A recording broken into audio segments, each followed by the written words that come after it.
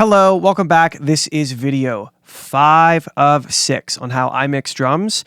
Every video in this series builds on the previous video. So if you haven't watched videos 1 through 4, please go back and do so. I'm sure you're going to find something in there that's juicy and useful for you, and I really want you to have that going into this video. I've really been looking forward to this video because there's a paradigm shift here that happened for me. EQing your overheads isn't about EQing your cymbals. In this overhead image, these are my overheads soloed up, you're hearing the entire drum kit. And that's really, really, really important because, for instance, this snare drum, I've got tight and present and a good boom on the low end. But as I bring in this overhead,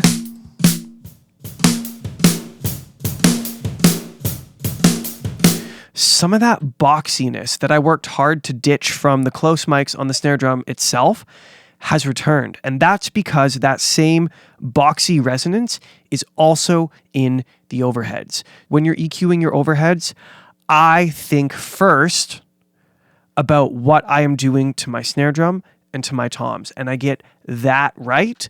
And then I clean up whatever I have to clean up in the cymbals. So let's solo up this overhead input.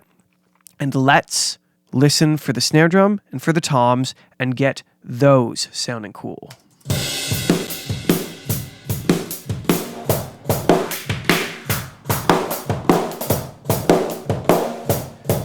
So that's like stressed snare drum there. Oh, that sounds terrible. Let's pull that.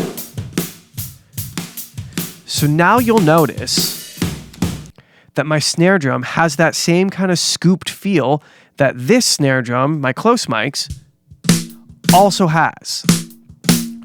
Let's bring in the overhead. So this is soloed in as well. That snare remains snappy. It remains full and full of life. If I were to bypass this EQ, there's all this overtone on top of the drum. You got to think about EQing your drum kit, not just your cymbals when you're EQing overheads. So the snare sounds cool. Let's find a tom part and make sure the toms are good.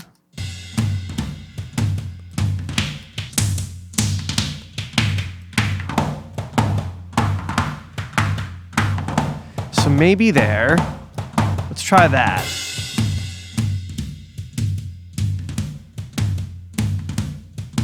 So that sounds nice. Let's make sure we didn't ruin my snare drum. Let's go back to a snare drum part. Still sounds fine for me. So let's push in these overheads on top of the toms. We'll solo the toms first, and then we'll bring up the overheads after, and we'll see if we cloud the toms with a boxy overtone that we don't want when we push in the overheads. And if we don't, we've done our job.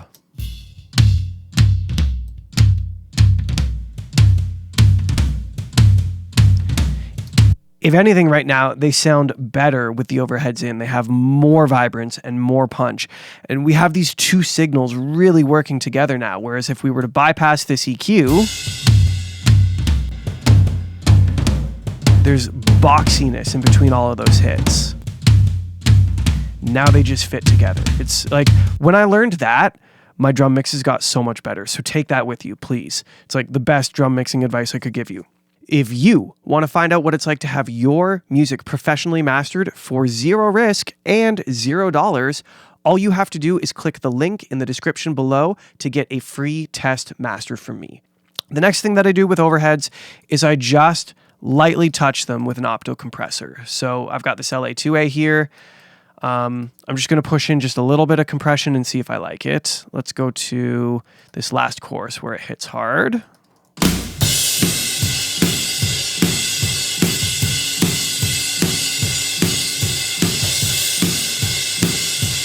It's nice. Let's try a different LA2A. I've been using this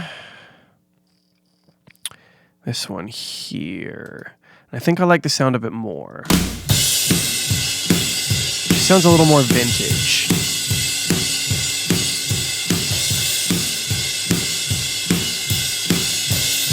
Great, just a little bit of control.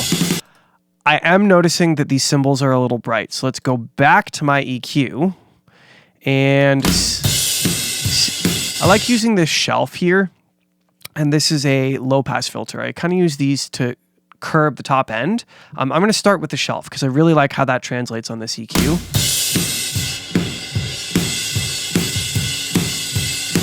We'll use this as well. I find it helps when I roll all of the top end off and then bring it back in. I feel like my ears get a better context of what I'm listening to.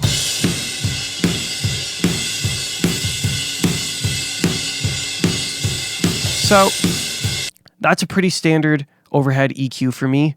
Again, I'm not going to know exactly how much should be in this mix in terms of brightness of the cymbals until I get the rest of the instruments and the vocals in and everything else, and I'm comparing it to reference tracks that I'm mixing the record against. Like, I won't be able to make those decisions with any meaningful context until I get way, way further through the mix. So I'm just not going to stress about getting fine detailed about like, ooh, I wonder if it's got too much high end or not enough or whatever. I think these sound cool.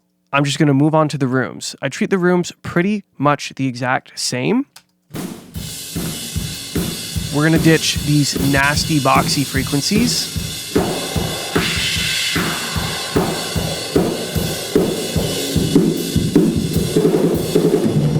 That. Goodbye. I do find rooms often carry a little too much kick drum. I'm going to pull some of that kick drum out.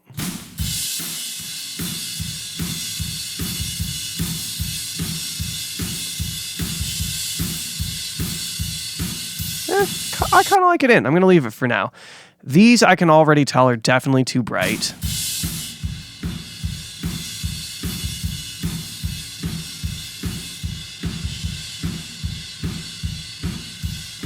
Here's a fun fact. The darker a signal is, the kind of further away it sounds. So the darker I make these room mics, the bigger the drum room sounds in the mix, which is kind of a cool little tidbit. So I'm going to make these fairly dark because all of the high-end information that I need for the cymbals is going to come from the overheads anyway. I'm really just thinking about overall vibe and realism. You'll see how it makes a drum kit feel real when we push these room mics in. I'm not really thinking about using them for cymbals at all. So let's try that. I'm going to do the same LA2A here.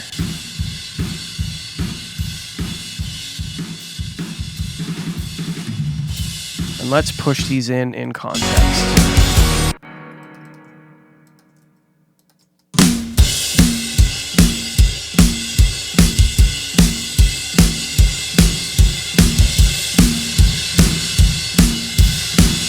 So there's a cymbal overtone in like the 3 to 4K range that I want to ditch. That right there.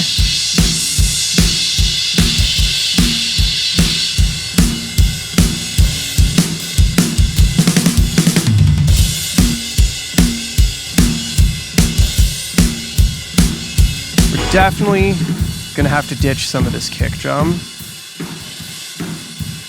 Let's try that. Don't want the rest of the music in there, just drums.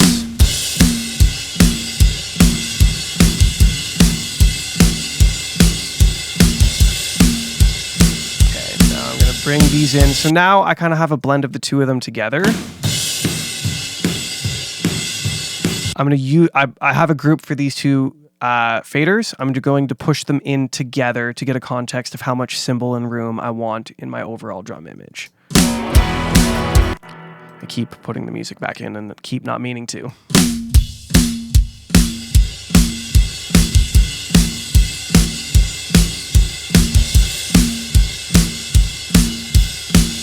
Amazing. So let's remind ourselves where we came from. Let's go through and bypass all the plugins on these drums. This is where we started.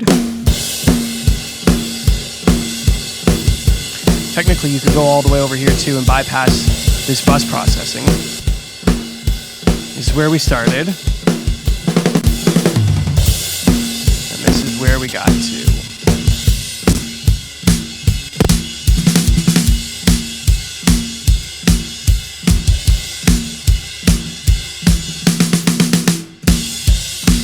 I'm pretty happy with that. The only thing left to do is to double check my bus processing, throw a little reverb on it, and maybe play with some samples. So if you want to see what that's like, make sure you meet me back here next Friday for the next video.